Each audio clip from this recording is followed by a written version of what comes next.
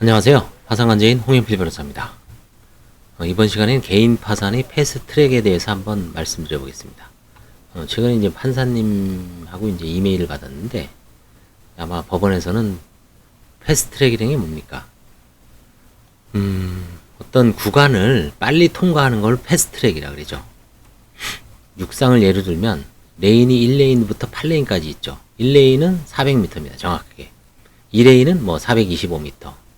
3레인은 450m. 이런 식으로 바깥으로 나갈 때마다 그 거리가 늘어나죠. 그래서 맨 8레인은 한 5, 600 될걸요? 정확하게 잘 모르지만 저도 한번 나중에 실측을 한번 해볼 생각입니다. 이제 육상 트랙, 이제 날씨가 따뜻하니까 운동도 할 만하죠.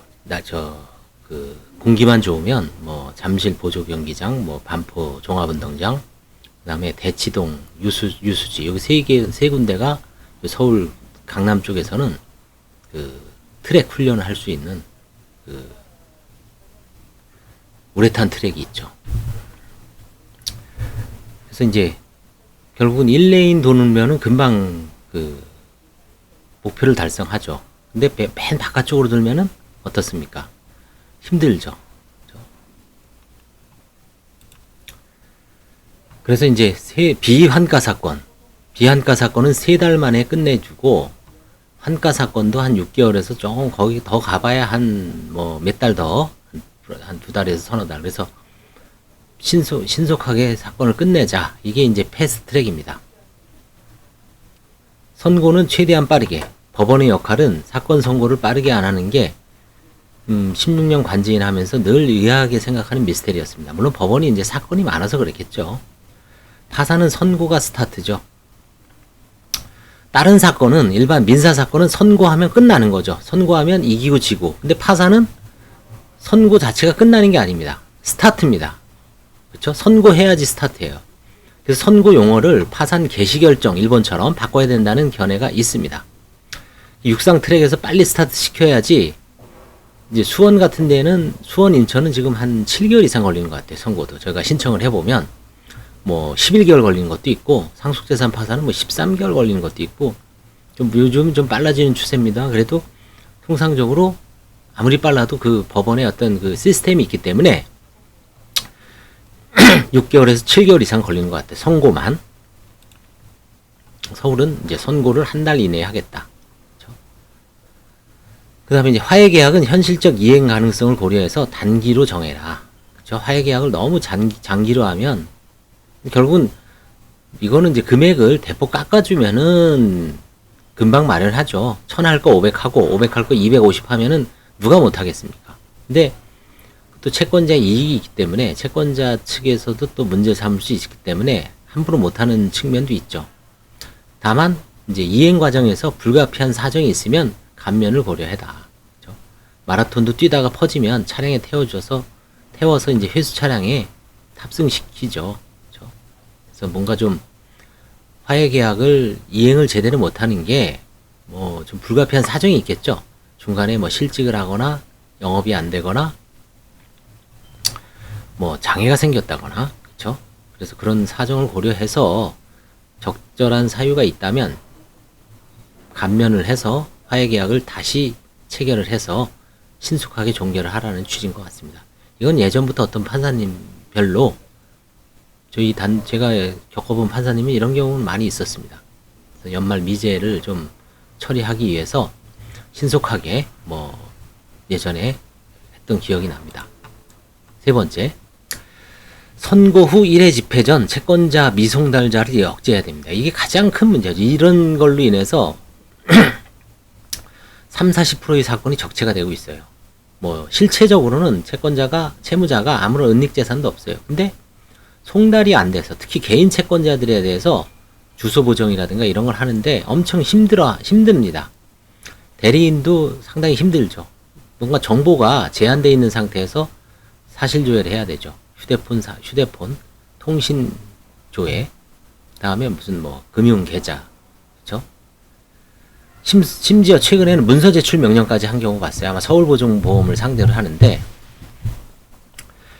서울보증이 이제 보증인으로서의 어떤 그 인적 사항을 알고 있는데 안 해주니까 법원을 통해서 문서 제출 명령을 내리더라고요. 법 판사님이 인용했습니다.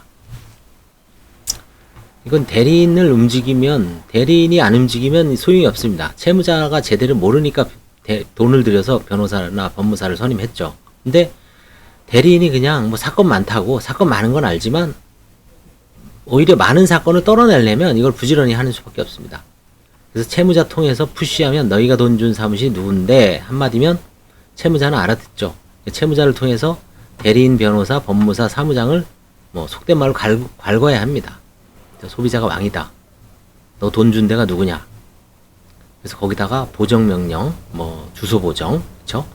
사실조회, 금융거래 내역 제출명령, 통신거래 내역 조회명령, 제출명령, 그 다음에 뭐 세무서한테는 과세정보 제출명령, 그 다음에 적당히 문서를 제출을 해야 되는데, 정보 공개를 해야 되는데 안 하는 데에서는 문서 제출 명령까지 통해서 이 네 가지 방법을 통해서 이 주소를 알아내야 됩니다. 그래서 주소 보정을 하고, 주소 보정을 하면 이제 주민등록 초본을 뗄 수가 있죠. 그렇죠? 떼어서 이제 주소를 파악할 수가 있습니다. 판사의 보정 명령이 있으면. 그래서 이제 지금 뭐 42km로 42.195로 지금 한 서울이 많이 단축됐죠. 그래서 한 6개월에서 8개월, 예전엔 뭐 한 1년 이상 걸렸죠. 이걸 점점 하프, 반, 10km, 5km로 단축시켜야 되죠. 그래서 진짜 그야말로 별거 없는 사건은 두세 달 만에 끝내야죠. 누가 봐도 그냥 기본적인 것만 훑고 딱 넘어가면 그런 사람들은 한 3개월 정도면 끝내야죠. 그리고 채무자들도 유튜브를 통해서 사전에 파산 법률 상식을 많이 알고 있습니다, 지금은. 왜냐면 제가 검색을 해보니까 유튜버가 파산 관련해서 21분이에요. 어느 정도 지속적으로 하시는 분이. 구독자도 많은 분은 한 2만 명 넘는 분이 있고, 적어도 뭐 저는 구독자는 많지 않죠.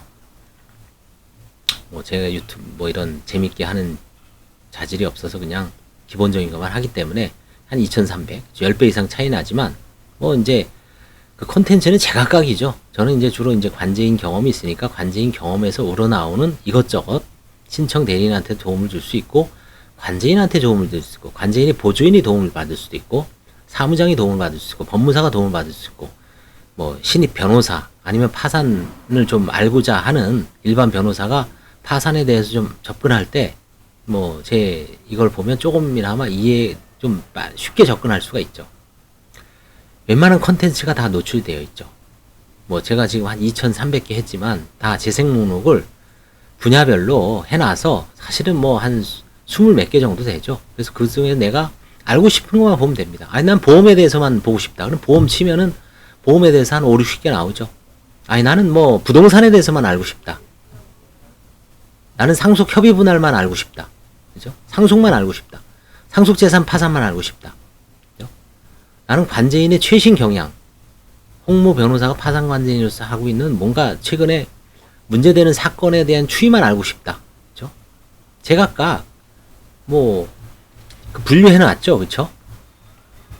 굳이 2,300개를 다 헤맬 필요가 없죠. 검색이라든가 재생 목록을 잘 활용을 해 놓으면 분류해 놓는 거죠. 도서관처럼. 그쵸? 뭐 어떤 분은 뭐 2,000개 다 보신 분도 있다고 하는데, 그쵸? 이렇듯 패스트트랙, 개인 파산에서 빨리 채무자를 트랙을 완주시키려면 방법이 없습니다. 마라톤을 비유하자면 마라톤 풀코스를 3시간 내에 뛰는 사람도 있고, 뭐 세계 최고기는 2시간이죠.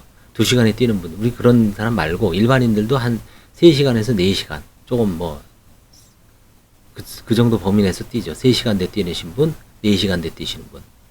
그럼 결국은 채무자가 본인도 체력을 향상 시켜야죠. 그렇죠? 많은 법률 교육도 받고, 그렇죠? 법률 교육이라기보다도 파산에 대해서 뭔가 이게 왜 내가 빨리 안 된다는 거 이해해야 돼요. 무조건 그냥 뭐 관제인 원망하고 판사 원망하고 자기 대리인 누가 일을 제대로 안 해서, 아니 무슨 문제 때문에 내 사건이 꼬이고 장기화되고 질퍽거리는지를 알아야죠.